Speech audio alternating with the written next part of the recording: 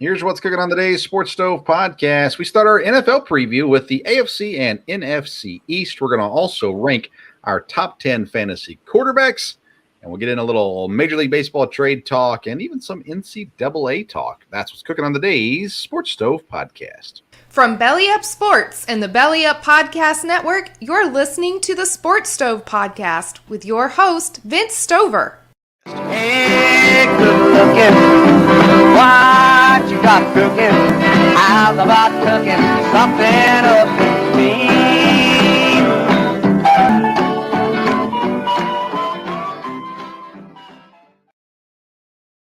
Welcome into an all-new edition of the Sports Stove podcast presented by In the Clutch, your officially licensed apparel from Major League Baseball, NFL, NHL, and so much more. Get yourself a wonderful t-shirt at intheclutch.com. Use the code SPORTSSTOVE to get 10% off your purchase. Joining me, as usual, my dad, Dale Stover. Dad, welcome into the show. How you doing? Hey, thank you. Thanks for having me here, and we're doing good. You're going to talk some NFL football, so that'll be exciting. Yeah, we had an NFL game this week, Jaguars versus the Raiders. Did you tune in to any of the Hall of Fame game? Just a very little at the start of it was all. So, yeah, the rain delaying it kind of hurt. Hurt staying up to watch it a little bit for two teams that I really don't care about. Although I'm intrigued by the Jaguars for this season, but we'll talk about them when we get to the AFC South. Today we start our NFL preview with our East divisions. We'll get to that in a moment. We're also going to be doing fantasy rankings each of these NFL episodes as well. Today we'll do the quarterback position. Before we get to the NFL stuff, though, I wanted to cover quickly. I had the opportunity to go to the Eastern Kentucky University Media Day for the football team this weekend, and it's going to be a fun team. A lot of really good talent there. We got some stud transfers in from the SEC and different things going on, so it's going to be a lot of fun. But one of the things that caught me, I asked Coach Wells a question, the head coach Walt Wells a question. A lot of guys talking about continuity. They got a third-year starter at quarterback. They got receivers, tight ends, linemen, a lot of guys who have been there now for a few years. So they're talking about continuity. So I asked him about the transfer portal because as much as they've had continuity, they also have taken full advantage of bringing in these guys to fill gaps and things like that in play. One of the things he said that we need parameters on the transfer portal. He said, for example, 2 weeks ago on Monday, we had a player commit to come to EKU. On Thursday, he enrolled in a different college.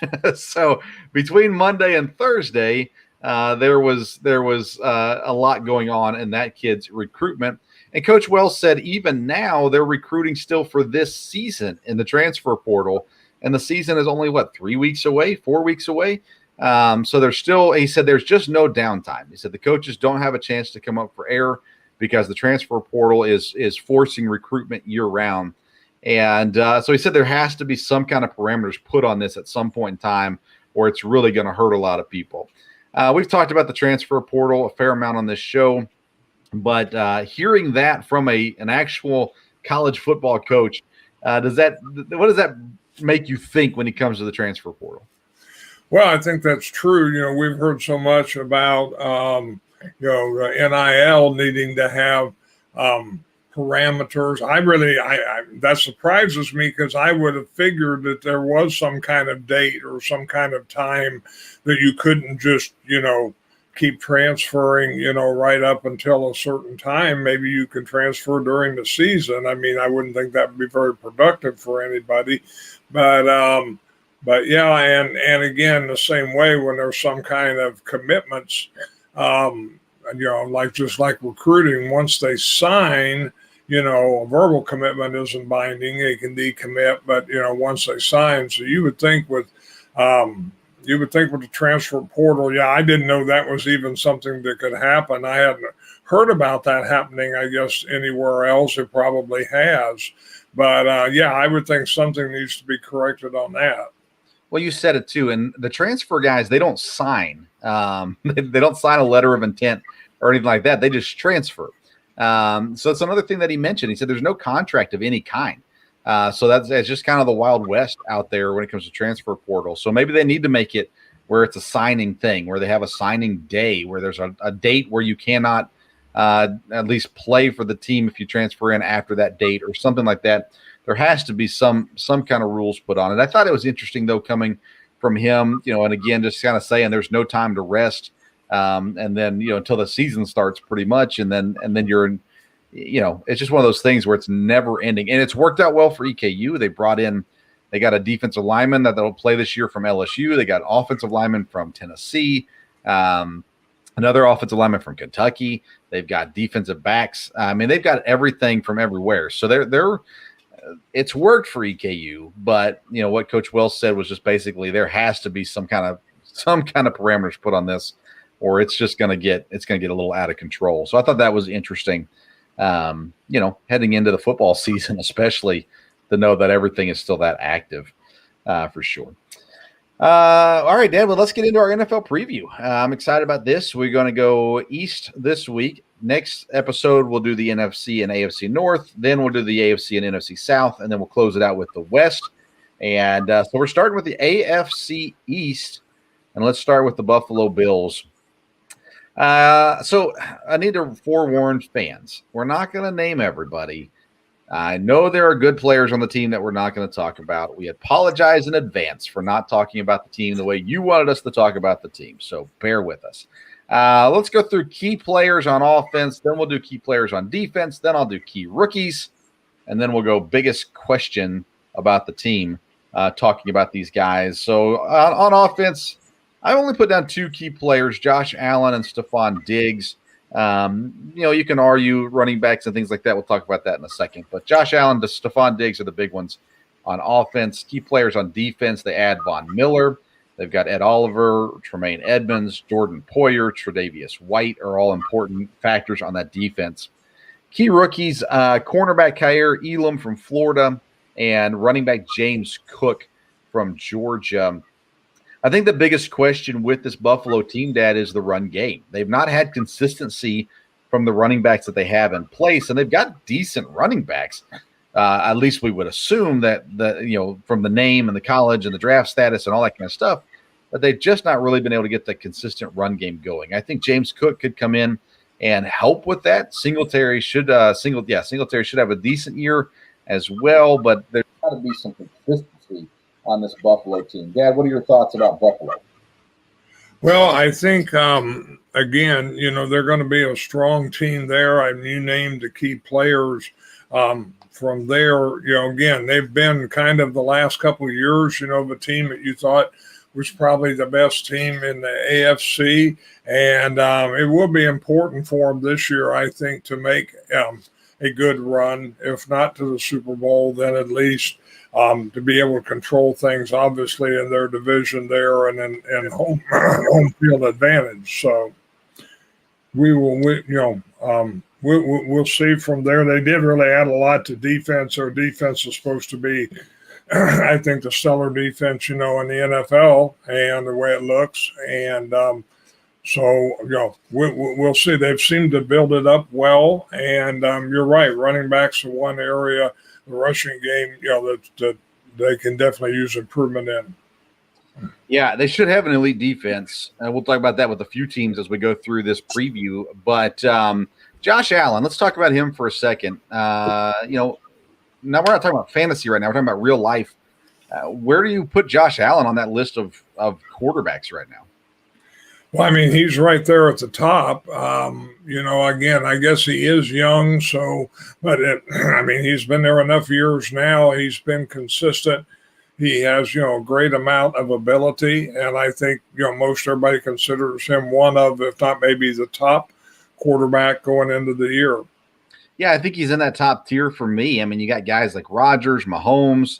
I put Joe Burrow up there as well. But Josh Allen is definitely there in that top echelon of current NFL quarterbacks.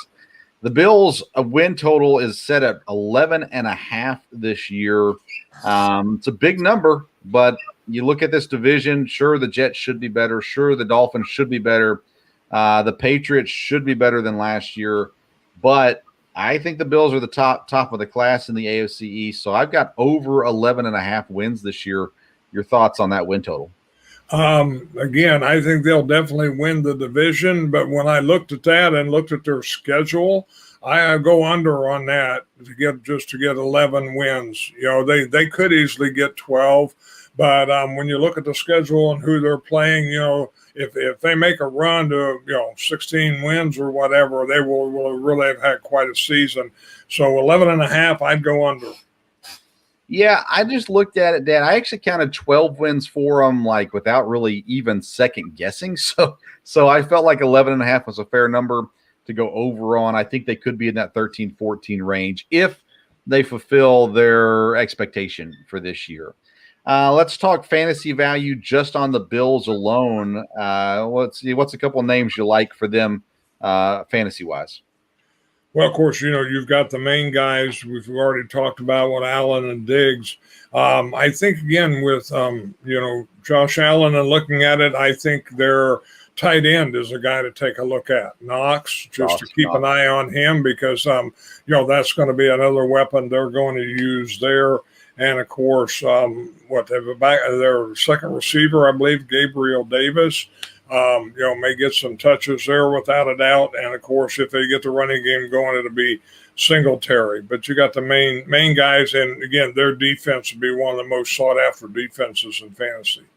Yeah, they got a deep tight end set this year. O.J. Howard comes over from Tampa. So Dawson Knox is really good, so I'm not sure. We'll see how much the O.J. Howard stuff plays in to that. And, again, when you look at running backs, Dad, we've seen Zach Moss and we've seen Devin Singletary, and we've not been able to have any fantasy success with them. So if I'm going to go running back for Buffalo, I'm going to go with the rookie James Cook and take a shot on him and see if he takes over that job at some point this season as well. Wide receivers, you mentioned Gabe Davis. He's fine. He's decent. Isaiah McKenzie comes over as well. To me, other than Stephon Diggs, I'm not looking at any of those receivers, but I would consider tight end. Definitely Josh Allen. And like I said, James Cook at running back is somebody I definitely like and expect big things out of, honestly, to come through as this season goes on. Let's go to the Miami Dolphins. Tua Tagovailoa, Tyreek Hill comes over. Jalen Waddle is back. Gesicki at tight end. We'll talk about the running backs in a minute. I don't think they're super great. Key defensive players, Jalen Phillips, Xavier Howard, Emmanuel Agba is over there as well. I don't have a single key rookie for the Dolphins this year. I was going to say they don't have any rookies, but I don't think they have a rookie that's going to contribute in any way really this season as well. The biggest question with Miami has to be the quarterback situation. I am down on Tua Tagovailoa. I don't think he is going to be a star quarterback. He could be an average quarterback, sure, but you don't have Tua there to be average. So I'm really concerned about this team because I think they should be good, but I think the biggest question mark is at quarterback. And they're set at 8.5 as the win total, Dad. I go under 8.5. I think 8 is the number for Miami, although I think they have potential for much better than that. I just don't trust Tua. What about you? Well, again, they did a good job, I think, with free agency. We looked at them as going well. I'm always concerned when there's distractions, and you have that some now with the owner. Excuse me, but the new coach has potential, I think, to do well. Again, I think Tua has a chance to be the quarterback there, so we will see from that end. But 8.5, and again, I looked at their schedule, and I'll go over that. I think they can get to 9 fairly easily. They want to play well in the division, but Miami could do really well, obviously could be disappointing. So I think I'd go over. Their running backs, so they did a lot of work in the running back room. Chase Edmonds, Raheem Mostert, Sonny Michel, all on the team now. They're all decent running backs. They're none of them. I don't view any of them as stud running backs, which I think is a little bit of an issue. I wouldn't be surprised if we see Teddy Bridgewater play this year, backing up Tua. I just really don't think Tua has it for whatever reason, and maybe it's just he came in too confident and didn't learn, or maybe it was the injury still playing a role in it. I don't know. I don't trust him. Having Tyreek Hill and Jalen Waddle is a big deal. Tyreek Hill, my goodness, you just throw it as far as you can throw it. Tyreek Hill runs underneath it, right? So So there's some potential there as well. Let's talk fantasy value. For me, it's Tyreek Hill and Jalen Waddle. Even though I'm not a Tua fan, I have Jalen Waddle in a keeper league. I'm keeping him. I think Hill is going to get his points still. Don't love Gesicki at tight end, and I don't really love these running backs. They're all kind of running backs as number 3 running backs, in my opinion, in fantasy. But your thoughts on the fantasy value there for Miami? Well, again, I think if you get down a little ways and need a tight end, I think there is one to look out there. Don't think he'd be one of the top bunch to take, but I think he'd be maybe in the second tier. They have a couple players later on near the end of the draft we'll keep an eye on. One is Cedric Wilson, from Tennessee. He's done well. I think he would have potential, even though they have 2 good wide receivers already. And you mentioned Sonny Michel. I've always liked Sonny Michel, and I've always thought he's going to do better than he's done so far. So to me, he's a guy you'd look at either at the end of the draft or to keep an eye on early in the season. He's all yours, Dad. You can have him. The rest of us have learned our lesson. Let's get into New England. The Patriots, quarterback Mac Jones. They bring in Devontae Parker. They have the 2 tight ends set with Hunter Henry and Jonnu Smith. And running back Damian Harris has turned into a very valuable piece there for that team. Defensively, Christian Barmore, Matthew Judon, Jalen Mills comes over, and Devin McCourty is still there as well. Impact rookies, they got 2 cornerbacks, Marcus Jones and Jack Jones. I think it was 3rd and 4th round picks this year. I think both of them will see time there as well. The big question with New England is playmakers. Devontae Parker does come over, which should help, but they really don't have that elite wide receiver out there, in my opinion, at least. I love their tight ends, and I think Devontae Parker helps the situation for sure. Mac Jones, still a little bit of question mark with him. His issue is consistency, and does the team trust him, I think, is a little bit of the question mark there as well. Their number is set at 8.5, and I go under this one too. I think 8's that number, and so I'm going to go under on this one for New England too. It's one of those things where can Bill Belichick overachieve? He has in the past. I don't trust him this year. What are your thoughts on New England? Yes, when I looked at the schedule, I'd agree. I went under 8.5. I think that's a safer way to go there. I think, again, it depends on the division, but if Miami, has the kind of season they could have, and if the Jets are improved, then New England's not going to, get as many wins in the division as they're used to getting. And, that could give them some trouble. I do like Jones. I would think he will be a good leader for the team, and I think he'll continue to come along well in that system under Belichick. But like you said, as far as having a lot of stars or as much as some of the other teams in the division, I don't think they do. Yeah, and even fantasy-wise, it's kind of a scary team. I'm probably going to stay away from Devontae Parker, although I know there's potential for him to have a great season. The guys that I look at, though, are the tight ends and the running back. I like Hunter Henry probably the most. Jonnu Smith is a guy that would be a later round for me. And then Damian Harris is a guy I think is worthy of a number 1 running back spot on your fantasy football team. So those are the guys I like for fantasy-wise. I'm probably staying away from the receivers, and Mac Jones is not a fantasy quarterback in my opinion. So fantasy value you find in New England. I'd agree. I think Matt Jones would be a good quarterback. I don't think he's a good fantasy quarterback from there. And you're right, Harris, maybe he's a guy to get. Another running back later on who sometimes can give you a little bit of Stevenson. You never quite know how that's going to go, but Harris is probably the main running back. And the tight ends, you need a tight end you can be safe with starting out with Henry. Yeah, I agree. Let's get to the New York Jets. Quarterback Zach Wilson's made a lot of headlines over the offseason, none of them football-related. Wide receivers Elijah Moore, rookie Garrett Wilson, Michael Carter, and Breece Hall, the running back, 2-headed monster as well. Defensively, they got good guys up front, Carl Lawson, John Franklin Myers, rushing from the edges. Of course, rookie Jermaine Johnson there as well. C.J. Mosley at linebacker, they draft Sauce Gardner. They had an incredible draft this year. So rookie impact, you're going to see it from Garrett Wilson at receiver, Breece Hall at running back, Sauce Gardner at cornerback, and Jermaine Johnson at edge. All 4 of those guys should be playing a whole lot of snaps this year and helping this team win.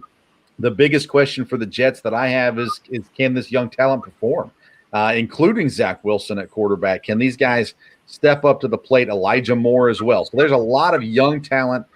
How quickly can they grow? How quickly can they adjust to the NFL game? Their win total's at 5.5. I'm in on the Jets this year. I'm going to go over 5.5. They're not going to be a playoff team, I don't think, although it would not surprise me if they made the playoffs, by the way. But I think they'll probably fall short of the playoffs, and they'll be in that 7-8 win area as well. So I'll go over 5.5 for the Jets. I'd agree. I went over 5.5 looking at their schedule. I think they can get 6 wins, maybe 7, maybe even better from there. The key, like you said, is this is such a young team. But again, they've got a new coach from last year, and again, you can get young players motivated. The question is going to be, do they have enough talent? They did, again, in free agency and in the draft, brought in some talent. I think their offensive line, they bulked up a little bit, if I remember that correctly. So again, Zach Wilson will obviously be, a key. They'll need to use him wisely, not get him in positions, that necessarily get him in a lot of trouble. But, you got some real young star power there, and just see how that develops. Yeah, I mean, we look at the fantasy-wise, too, these young guys. I like taking a shot on some young guys. Breece Hall, as it currently sits, he's projected to be the starting running back over Michael Carter, even though Michael Carter had a pretty good year last year. So Breece Hall and Michael Carter will both get a lot of touches. I think they'll both be fantasy guys this year. They're not first-round guys, in my opinion, but I think they're both guys that you can have. Maybe even try to handcuff them, have both of them on your team as well. I love the young Elijah Moore. He's one of my favorite wide receivers out there right now, of the young guys especially. I think Garrett Wilson should have a decent season. Zach Wilson still scares me. I have to say that I'm plus on Zach Wilson. I think he's going to be good, but I need to see it from him first. So I'm in on Elijah Moore. I'm in on the running backs, Breece Hall and Michael Carter. I'm probably a little bit more cautious with even Garrett Wilson, and definitely very cautious when it comes to Zach Wilson. Zach Wilson's the kind of quarterback I would take late as a second quarterback. I would not want him to be my first quarterback available there. And I'm not really in on the tight end situation either. CJ Uzoma comes over from Cincinnati. Don't love that. Tyler Conklin's there as well. They got a rookie in Jeremy Ruckert that a lot of people like, but I think it's going to take time for him to get involved. So I'm probably staying away from them in the draft as well, maybe looking at them free agent later down the road.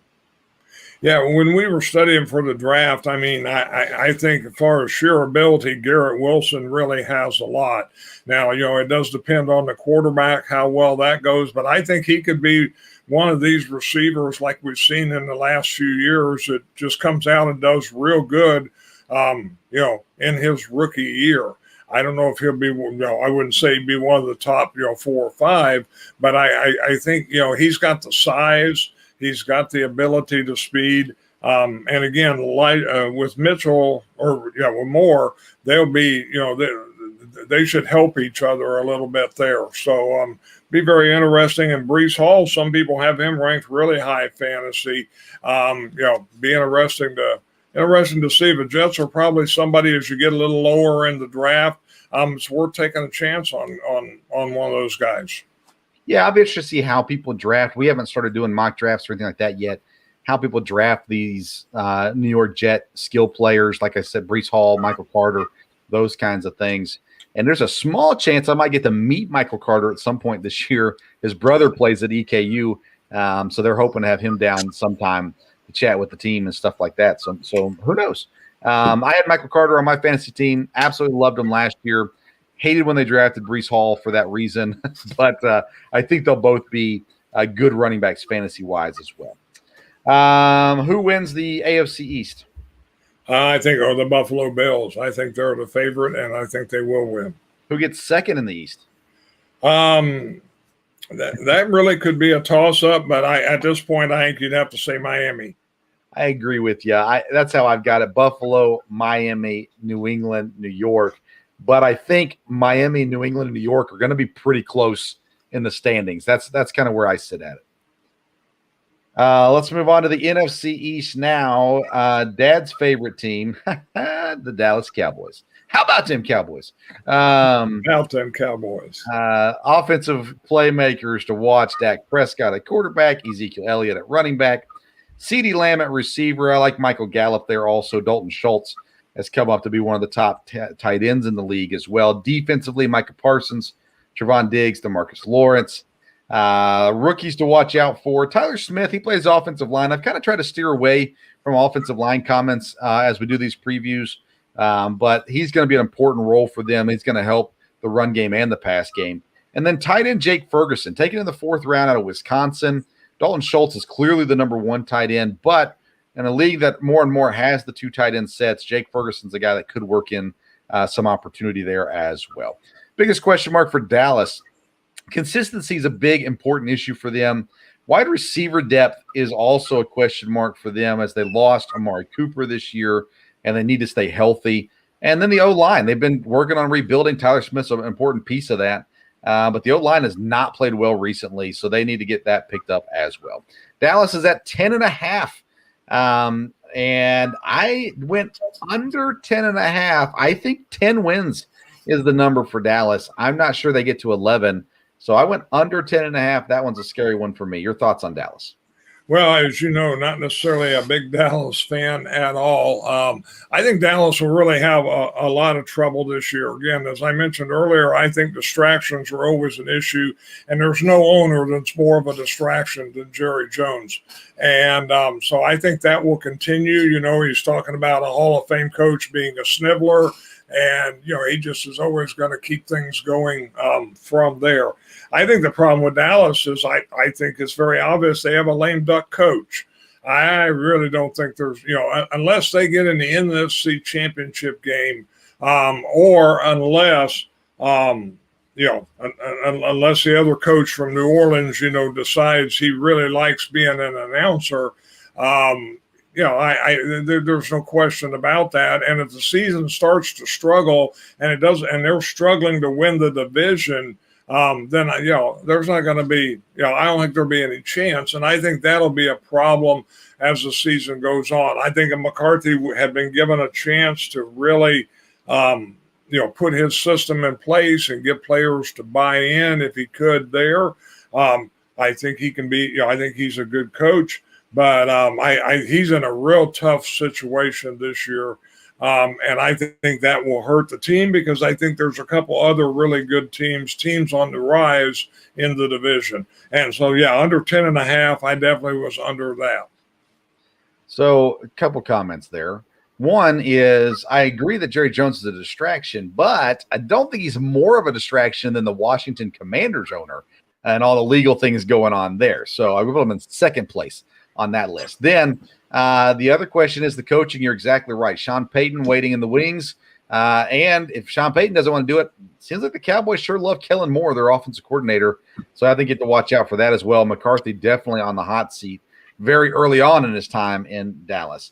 Fantasy-wise, I know you cannot stand Dak Prescott for some reason. I do not understand that. But I think Dak is a very good fantasy quarterback. CeeDee Lamb, as I'm all in on him. Gallup, I would take a little later in the draft as well. I like him. They've got a rookie receiver I'm going to stay away from, but Jalen Tolbert might steal some catches as well.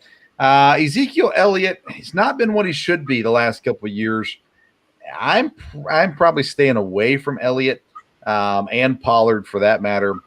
I just don't trust the system. But I do love Dalton Schultz at tight end. So I'm looking at Dak, Dalton Schultz, and CeeDee Lamb as the main guys I'm looking to get from Dallas.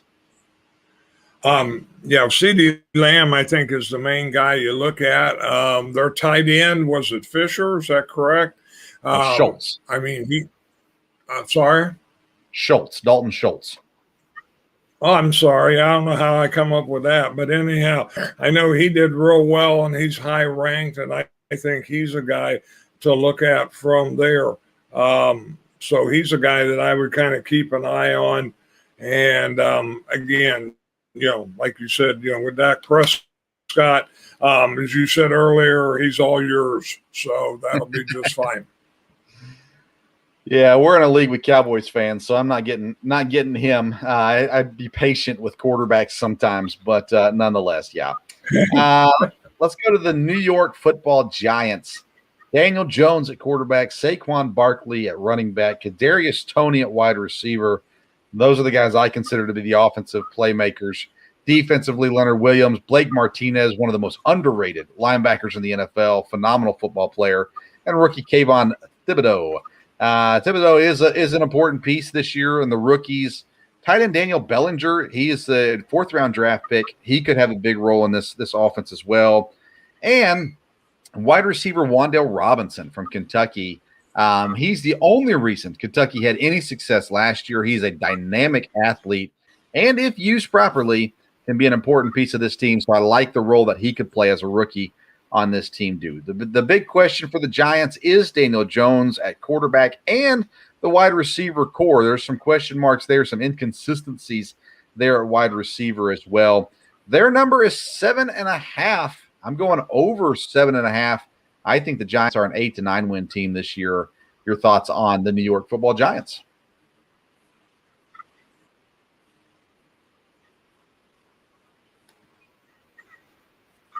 Looking at their schedule, I'd have to go under 7.5. There, I know you're high on their coach, and I think, of course, any of these teams that have new coaches, you never know how that's going to go there. But again, I think the other teams in the division are going to do better, and that's going to make it tough for the Giants to do much better than that. So I think if he gets 7 wins, they'll be doing well.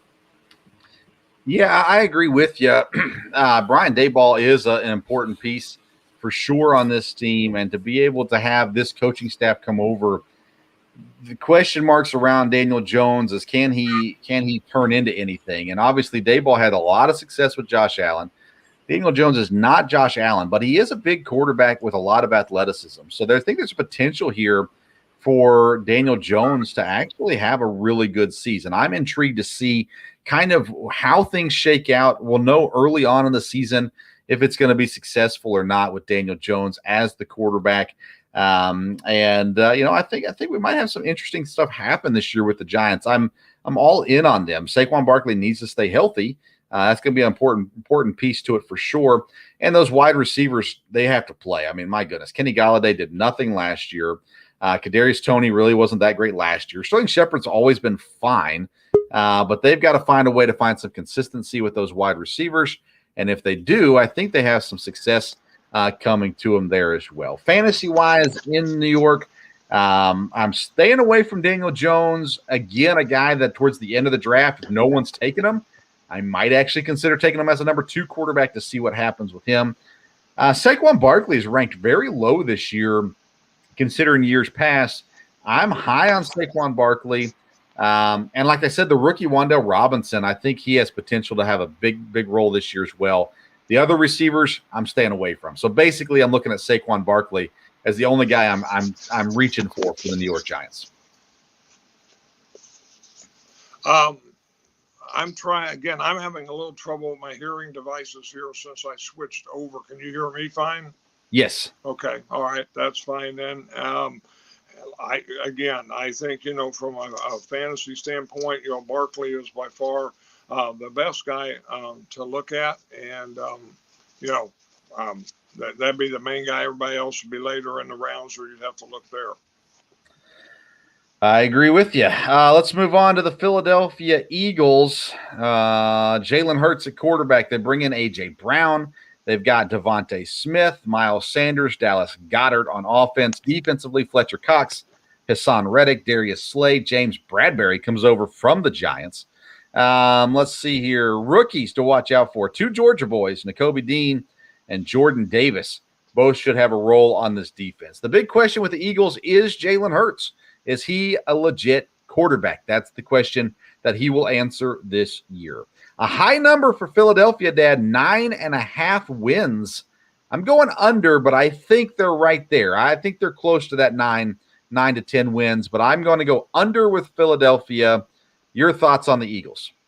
I think Philadelphia would do better, and I think they'll be over 9.5. Again, looking at their schedule, quarterback is the issue there. They could be a really good team if that ends up with Jalen Hurts being able to have a good year. But again, they have some talent. I think they made some good moves, bringing in the wide receiver Brown.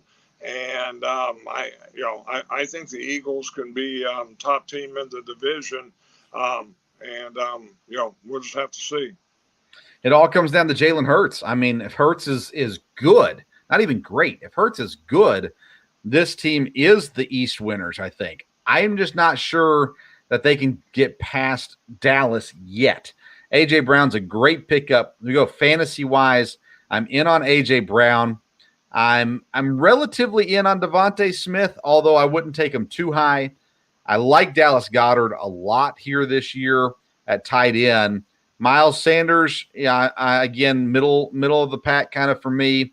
And then Jalen Hurts, I'm not taking him where everybody else is taking him. So I like Jalen Hurts, and I think he has fantasy value, but I'm still a little worried about how this is going to go. So fantasy-wise, give me A.J. Brown, give me Dallas Goedert, and then I'll take the other guys a little bit more middle of the draft. Well, I think they have a tight end that you can look at there. Miles Sanders would be one of the later running backs to look at, but the two wide receivers are guys that I think be picked fairly high, and could definitely be a help there. The Eagles did their part to put a team around Jalen Hurts to win. The question is will he be able to win? Last but not least, in the NFC East is the Washington Commanders. They bring over quarterback Carson Wentz. They've got Terry McLaurin at wide receiver, Antonio Gibson at running back, Logan Thomas at tight end. Defensively, they are stacked with Chase Young, Jamin Davis, William Jackson, Deron Payne, Montez Sweat. Their front four are all first-round picks, Washington's first-round picks. So they've done a good job to build. Receiver Jahan Dotson and running back Brian Robinson are the rookies to watch. Brian Robinson was a third-round pick this year. The big question, though, is two things, I think, with Washington. Carson Wentz, can he return to form? And then the defense. The defense underachieved last year. They are loaded, but they underachieved. That defense should be elite, and they weren't last year. So we'll see how that shakes out. 8.5 is the win total. I'm going under Washington Commanders 8.5. What's your thoughts? Yeah, 8.5. That was kind of close when I looked at it, but I'll go over that. I think they can get to 9. Again, their defense should, like you said, they're stacked. They should play extremely well. I'm still think Carson Wentz can be a good quarterback. So we'll see. And if he can provide the leadership they need, again, they've got the wide receiver, they've got the running back. And again, I think they have a good coach. Like you said earlier, they do have distractions, but I think Washington. I'd go over. I think they could get 9 wins and could be a surprise team in the division. Fantasy-wise, for me, it's Terry McLaurin and Antonio Gibson are the two guys that I like here. The other guys, I'm just on the fence or don't care about. So Terry McLaurin, I love Terry McLaurin. And then Antonio Gibson, I think, is a solid running back as well. Yes, I think the wide receiver and the running back are the two to look at. I think Carson Wentz would be a guy maybe for your second, third quarterback, depending on who you have for the first one. He'd be a good guy to take a chance on. Well, Dad, you went over with the Giants, over with the Eagles, over with the Commanders, under with Dallas. So who do you have winning the NFC East? I'll go with Philadelphia winning the East. I think Philadelphia and then probably Dallas, Washington. I think that could be very close between them and then the Giants, but I will pick the Eagles to win going in. All right, I'll go Dallas first, Philly second, New York third, Washington fourth in the NFC East this year, and we'll see how all that plays out for sure. Well, let's go to our fantasy rankings, Dad, and today we are doing the quarterbacks, top 10 fantasy quarterbacks. I'm intrigued to hear your opinion on this. So let's start with your number 10. Who do you have at number 10? Number 10, Tom Brady. Hey, so do I. I got Tom Brady, still a top 10 fantasy quarterback. I couldn't keep him out of the top 10, but even though he has, we'll get to him and we'll get to the South, his receiving core is incredible. They haven't been able to stay healthy, so that's part of my concern with Tom. And I just feel like Tom, he's got to break eventually. So I'm going to go 10 with Tom as well. Who do you got number 9? Number 9, I got Matthew Stafford. Okay, Stafford did not make my top 10. I'll get to my list in a second. Number 8. Number 8. Number 8, I have Kyler Murray. Oh, okay. Down the list. Number 7. Russell Wilson. Number 6. I have Aaron Rodgers. That's where I have Rodgers as well. Number 5. Joe Burrow. Number 4. Lamar Jackson. Number 3. Justin Herbert. Number 2. Patrick Mahomes. Number 1. And Josh Allen. Okay, so our lists are a little different. We have some similarities as well. I go Tom Brady 10. I go Trey Lance number 9. I did not include Burrow in my top 10 because I don't trust his health. And for fear of that, I love Joe Burrow. And I left him out of my top 10 though. So I go Trey Lance number 9. I think between what he adds on his feet as well as through the air with having Debo to throw to, having Kittle to throw to, I think Trey Lance has a good fantasy year this year. Number 8, I have Derek Carr with the Raiders. Again, having Devontae Adams, having Darren Waller, having Hunter Renfrow. I think his numbers go up this year. Number 7, I got Jalen Hurts. Still have him in the top 10 as a fantasy quarterback. Again, he adds to it with his feet as well as through the air. Aaron Rodgers, number 6. Kyler Murray, number 5. Lamar Jackson, number 4. Mahomes, 3. Herbert, 2. And Josh Allen, number 1. I don't think you can go wrong with the top 6 quarterbacks that I have listed at the very least. Allen, Herbert, Mahomes, Jackson, Murray, Rodgers. I think you're pretty safe with any of those 6 in fantasy quarterback ranges as well. Do you have, I didn't tell you to prepare for this, but do you have a sleeper quarterback anywhere fantasy-wise that you like? I think the sleeper would be Matt Ryan, not knowing exactly how he's going to do at Indianapolis. He would be a guy to keep an eye on there, and that'd be the guy I'd have. And again, I think Derek Carr will have a good year too. I had him at number 11. So, yeah, Ryan's a great one. I think that Trey Lance is probably a sleeper. I don't think most people have him in the top 10. Could probably fit in there as well. I left Wilson and Burrow out of my top 10. Both of them are going to be good. My sleeper is going to be Trevor Lawrence. Again, not top 10 quarterback, but I just think they're going to be so much better this year. Even if the win totals aren't there, I think they're competitive. And he's got some receivers down there. So I'll be interested to see kind of how that shakes out. I'll say my sleeper pick there. Yeah, I mean, I go with so many. Jameis Winston is going to be better this year. He's got good receivers. Zach Wilson could be really good this year. I think there's a lot of good quarterbacks, possibilities for fantasy quarterbacks this year. So they'll be interested to see how all that shakes out. All right. Let's see here. We have not talked about Major League Baseball since the trade deadline. I just want to get your thoughts on the Padres, Dad. Juan Soto and Josh Hader come over to San Diego. They're trying to beat the Dodgers. What do you think about that, the trades that San Diego made? Well, they definitely did all they could to improve the situation there. And their other player, he's coming back rehabbing in the minors now. Tatis, so, yeah. So I think they might have enough time to catch up and make it a real race with the Dodgers. We'll see. If not, I think when you get to the playoffs, then the Padres are somebody you're going to have to keep an eye on. Yeah, fully loaded for the playoffs. They don't have to win the division. They just got to make it in, and they shouldn't have any issue doing that for sure. Milwaukee, they traded away Josh Hader. They got an okay return back for him, even though one of the players they got back, they immediately DFA'd. He's gone. So that's exciting. And I think the Brewers didn't realize how much it was going to hurt the locker room to trade Josh Hader. They lost a couple of games against the Pirates that they should not have lost. Now they're struggling against the Reds, and St. Louis has taken over the division again. I think Milwaukee comes around eventually and it shakes loose, but that was a pretty tough hit to that locker room, I think, for Milwaukee. What are your thoughts on the NL Central race between Milwaukee and St. Louis? Well, again, we've talked about, I think that'll be a race between them and the Cardinals all the way down. I would think Milwaukee is still fine.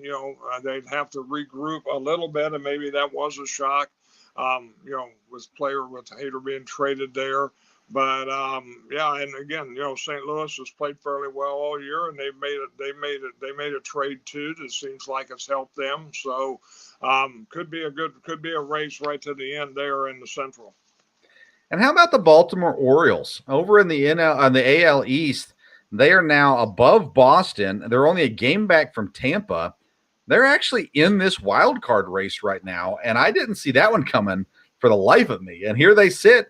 I mean, they're out of the playoffs currently, but they're right there with Cleveland. They're above Chicago. They're a few back from Seattle. So they're in that hunt right now for the playoffs. Baltimore, and they traded Trey Mancini. They traded a couple pitchers.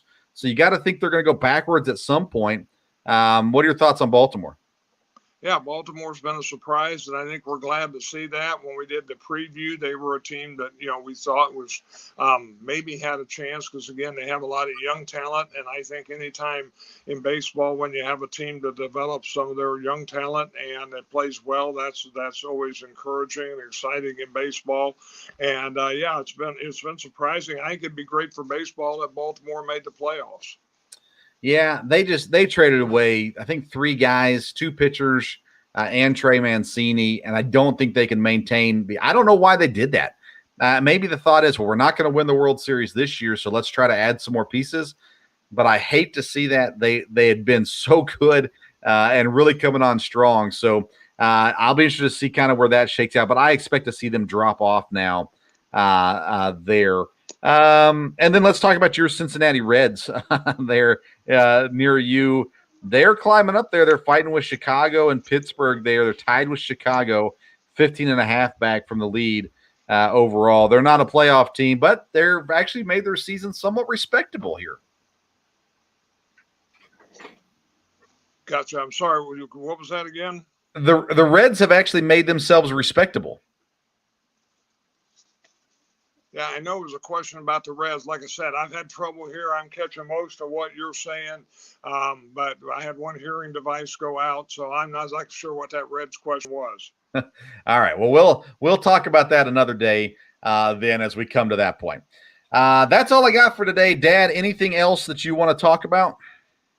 No, like I said, it's fun to start diving into the NFL and then the fantasy, and before long it'll be time for fantasy drafts. And, football, of course, college football will be starting up here pretty quick too. So, enjoyed it. All right. Well, tune in next time. We'll be talking about the NFC North and the AFC North, previewing those divisions. You can always tune in Wednesday to the Sports Stove Local Hour as we preview EKU football position previews, doing the defensive line this week. Thank you for tuning in to today's episode of the Sports Stove Podcast. Follow us on social media, Twitter and Instagram at Sports Stove. Until next time, we'll see you around the Sports Stove.